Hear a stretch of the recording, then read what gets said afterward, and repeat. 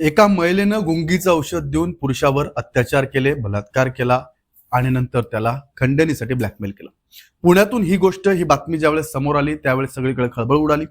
लोकांना प्रश्न पडला की असं होऊ शकतं का? एक महिला पुरुषावर अत्याचार करू शकते का? नेमकं त्या दिवशी काय घडलं? हा प्रसंग किती दिवसांचा आहे?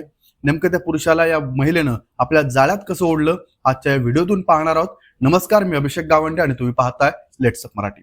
हा सर्व खेळ जो आहे त्या महिलेनं फक्त दोन गोष्टींसाठी रचलाय, तो म्हणजे वासना आणि पैसा. का म्हणतोय मी असं? याच्या माग कारण आहेत. या महिलेचं ऑलरेडी 3 लग्न झाले. तिसऱ्या नवऱ्यासोबत ती राहते. चौथ्या माणसाला ती ब्लॅकमेल करून म्हणते की तू मला लग्नाला हो म्हण, नाही तर 2 लाख रुपये दे, नाही तर मग मी तुझ्यावर खोटी बलात्काराची केस टाकेन आणि तू जर माझ्याशी लग्न करशील तर माझ्या तिसऱ्या नवऱ्याला मी डावस देईन. ती महिला कोण आहे? नाव आहे गौरी वांजळे. स्वतःला वकील म्हणून सांगते. ही वकील असणारी महिला, हिची एका व्यक्तीशी भेट होते. ठिकाण असतं पुणे पोलीस आयुक्तालय. त्या ठिकाणी पीडित व्यक्ती गेलेली असते. ती एका कामासाठी ते म्हणजे त्याच्या मेव्हण्याविरुद्ध तक्रार द्यायला. त्या व्यक्तीची तिथल्या कौटुंबिक न्यायालयात पुण्यातल्या एक फॅमिली कोर्टात केस चालू असते. ती केस असते त्यांची नवरा बायकोची घटस्फोटाची. त्याचबरोबर त्या व्यक्तीच्या विरोधात त्याच्या बायकोनं जे आहे पोटगीची केस टाकलेली असते. ती आहे लोहारा, जी येतं धाराशिव जिल्ह्यामध्ये, त्या लोहारा कोर्टात. प्रवास आहे, हा एक प्रवास घडलाय जो म्हणजे पुणे ते लोहारा, याच्या मधात व्हाया तुळजापूर आणि गाणगापूर हे सगळं प्रकरण फिरत आहे. या पीडित व्यक्तीशी ज्यावेळेस भेट होते या आरोपी महिलेची, त्यावेळेस ती त्याला सांगते की मी एक वकील आहे आणि तुझ्या या सगळ्या मॅटरमध्ये कोर्टाच्या मी तुझी मदत करू शकते. आणि इथून मग हे दोघं जण एकमेकांशी बोलायला लागतात. नंबरची एक्सचेंज होते आणि आपापल्या घरी जातात. सुरुवात कुठून होते की ही व्यक्ती जशी भेट झाली पुणे आयुक्तालयात, खाली येते ही महिला. एक 10 मिनिटांनी त्या व्यक्तीला फोन लावते की माझी गाडी जी आहे ती पुणे स्टेशनला आहे, तू मला तुझ्या गाडीनं सोडशील का? ही व्यक्ती हो म्हणते. याच्या 4 चाकीत तिला बसवते आणि पुणे स्टेशनला सोडते. त्याच दिवशी रात्री 9:30 वाजता ही जी महिला आहे गौरी वांजळे, ही त्याला फोन करते, तुझे केस पेपर मला पाठव, मी त्याचा अभ्यास करते आणि मग 20 तारखेला जी केस आहे आपण तिथं जाऊ. ही सगळी गोष्ट आहे 15 तारखेची आणि 20 तारखेला यांचं जायचं नियोजन होतं. 20च्या केससाठी हे 18 तारखेलाच 18/9/2025 ला तिथून निघतात पुण्यातून आणि पोहोचतात थेट तुळजापुरात. तुळजापुरात रात्री हे मुक्काम करतात. मुक्कामाच्या वेळेस ही व्यक्ती जी आहे आरोपी महिला, ती या पीडित व्यक्तीला म्हणते आपण इथे एक लॉज घेऊन राहू, पण ती व्यक्ती पहिले नाही म्हणते. पण त्यावर मात्र ही महिला म्हणते रूमचं भाडं तर आपल्याला भरायचंच आहे, एक माणूस राहिला का 2 पैसे थोडे ना शिल्लक लागणार आहेत, असं म्हणून कुठेतरी ही व्यक्ती तयार होते आणि ते दोघं जण त्या तुळजापुरातल्या एका मंदिराजवळच्या लॉजमध्ये राहतात. दुसऱ्या दिवशी हे सकाळी उठतात. तारीख असते 19. तिथून त्यांना जायचं असतं लोहाऱ्याला. परत ती महिला आहे ती म्हणते की नाही आपण गाणगापूरला दर्शन घेऊ, तिथं जाऊ. सकाळी उठून हे गाणगापूरला जातात. 5 वाजता तिथं पोहोचतात, दर्शन वगैरे घेतात. रात्रीचे 8:30 वाजता त्या सर्वात ही महिला परत म्हणते आपण इथं लॉज घेऊन राहू आणि सकाळी लोहाऱ्याला जाऊ. मग काय होतं की ही व्यक्ती थकलेली असते. ही पण म्हणते की हा मग मी पण तयार झालो, मी थकलेलो होतो आणि मग आम्ही लॉजवर राहायला गेलो. त्या दिवशी काय झालं, ही गेल्यानंतर ही व्यक्ती माझ्याशी बोलायला लागली. कोण? ही महिला. ही महिला त्या पुरुषाशी बोलते. संवाद असा आहे, ही महिला म्हणते की तुमची तारीख 20 तारखेला आहे, मी तुम्हाला 2 दिवस आधीच घेऊन चालले. माझ्या देवदर्शनाच्या हट्टामुळे तुम्हाला त्रास झाला असेल, तुमचं अंग दुखत असेल. आणि तेवढ्यात दुसरं वाक्य त्याच्यावर टाकते, जो फास्ट टाकते तो असा आहे, मला तुम्ही खूप आवडायला लागलात. आणि असं बोलून ती त्याला सांगते की मी जेवण आणायला जाते आणि जेवण घेऊन येते. 1 तासानंतर ही महिला पुन्हा येते. तिच्या सोबत असते एक वरण भात आणि एक पाण्याची बॉटल.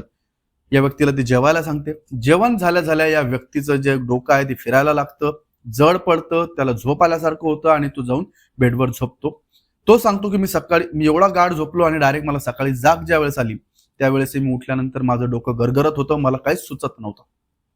तरी तारीख होती, कारण तारीख 20 उजाडलेली होती. 20लाच त्याची कोर्टात तारीख होती. ही महिला त्याला म्हणते की चला आपण देवदर्शन पुन्हा घेऊ. सकाळी देवदर्शन घेतात आणि लोहाऱ्याकडे निघतात. लोहाऱ्याला जसे कोर्टात पोहोचतात, दुपार झालेली असते. ती महिला कोर्टात जाते, कोणाशी तरी बोलते वगैरे, काहीतरी पेपर वगैरे सबमिट करते आणि तिथून लोहाऱ्यातून ज्यावेळेस ते निघतात कोर्टातून त्यावेळेस ही महिला पुन्हा त्याला म्हणते की आपण इथंच मुक्कामी करू. मात्र ही पीडित व्यक्ती सांगते की नाही, माझ्या घरी माझी आई वगैरे माझी वाट बघतात, मला आज पोहोचावं लागेल.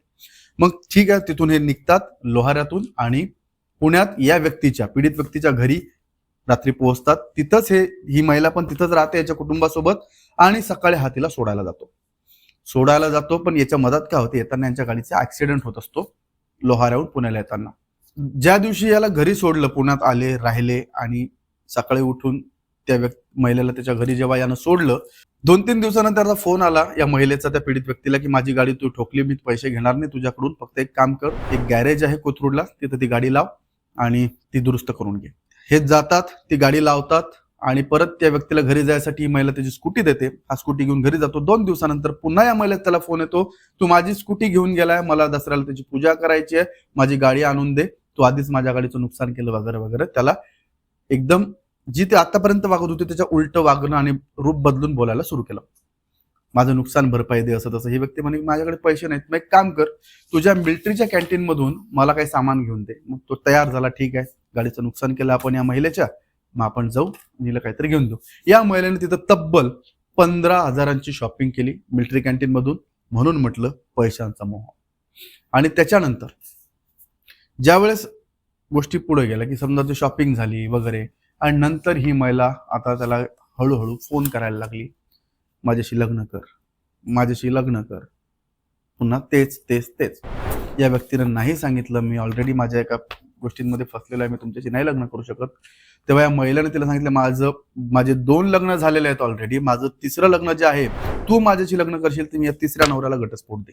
जेव्हा ही व्यक्ती लग्नाला नाहीच म्हणते तेव्हा मग त्याला सुरू होते 2 लाख रुपयांची मागणी की मला पैसे दे, पैसे दे, पैसे दे. आणि मग काय होतं की हा पैसे नाही देऊ शकत आहे तर मी तुझ्यावर तक्रार करील, मी तुला असं करील. मग या व्यक्तीने कसे बसे तिला 1.5 लाख रुपये आतापर्यंत हे दिलेले आहेत. तरी ती अजून 2 लाखांची ज्यावेळेस मागणी करते, त्याचबरोबर या व्यक्तीच्या आईला, वडिलांना फोन करून अर्वाच्य अश्लील भाषेत शिवीगाळ करते. आणि कुठंतरी हिचं वागणं जे आहे एक घाणेरड्या स्वरूपाचं आपण ज्याला म्हणतो की पहिले तर तू त्याला गुंगीचं औषध देऊन त्याच्यासोबत जे केलं ते म्हणजे पहिला शब्द, आणि दुसरं जे आहे खंडनीन हे ते, तो आहे पैशांचा मोह. या गोष्टी तिनं केल्या. शेवटी कंटाळून या व्यक्तीनं तिच्या विरुद्ध पोलीस स्टेशनला जे आहे मुंडवा पोलीस स्टेशनला कंप्लेंट दाखल केली. अशा प्रकारे हा सगळा तो किस्सा घडलाय. त्याच्यानंतर हळूहळू माहिती समोर आली की हे हिचं पहिलं काम नाहीये. याच्या आधी 2 FIR जे आहेत ते हिच्या विरोधात दाखल झालेले आहेत. कोल्हापूरचं असेल, अजून पुण्यात एक आहे. जवळपास 2 आधीच तिच्यावर फसवणुकीचे गुन्हे आहेत आणि हा 3रा गुन्हा आहे. तरी ती व्यक्ती माध्यमांशी बोलताना म्हणते की नाही, असं काहीच नाही, मी केलेलं नाही, ट्रान्झॅक्शन्स आहेत, सर्व गोष्टी आहेत. पण पुण्यात घडतंय का तर घडतंय, घडलंय का तर हो घडलंय. पुण्यात एका महिलेनं एका पुरुषाला गुंगीचं औषध देऊन त्याच्यावर अत्याचार केले, त्याचे फोटोज वगैरे काढले आणि त्या व्यक्तीला ब्लॅकमेल करून एक तर लग्न कर नाही तर पैसा दे, एवढंच. आणि ज्या महिलेला एक स्वतः सध्या नवरा आहे, जिच्यासोबत तिचं आयुष्य एक चांगलं चालू आहे, ती महिला जर अशी वागत असेल तर मात्र काय चालू आहे या समाजात, हा एक प्रश्न उभा राहतो. तुमचं या प्रकरणाबद्दल मत काय, आम्हाला कमेंट करून नक्की सांगा. पाहत राहा लेट्स अप मराठी. सोशल मीडियाच्या भाऊ गर्दीत विश्वासार्हतेने चकाकणारे नाव म्हणजे लेट्स अप मराठी. सगळ्यांना, सगळ्या नागरिकांना ती स्पीच, ती लेट्स अप वरील मुलाखती म्हणजे विचारांचा खजिना. त्यानंतरच्या निवडणुकीमध्ये मला सोडून गेले. बातम्या केवळ वस्तुस्थिती सांगणाऱ्या, न प्रोपगंडा, फक्त जनतेचा अजेंडा. क्योंकि आने वाला कल जाने वाला है, जाने वाला कल आने वाला है. राजकारण, मनोरंजन असो की क्रीडा क्षेत्र, महाराष्ट्राची स्पंदने संवेदनशीलतेने टिपणारे माध्यम म्हणजे लेट्स अप मराठी. जगासोबत एक पाऊल पुढे राहण्यासाठी लेट्स अपचे ॲप, सोशल मीडिया आणि वेबसाईट सोबत कनेक्टेड रहा.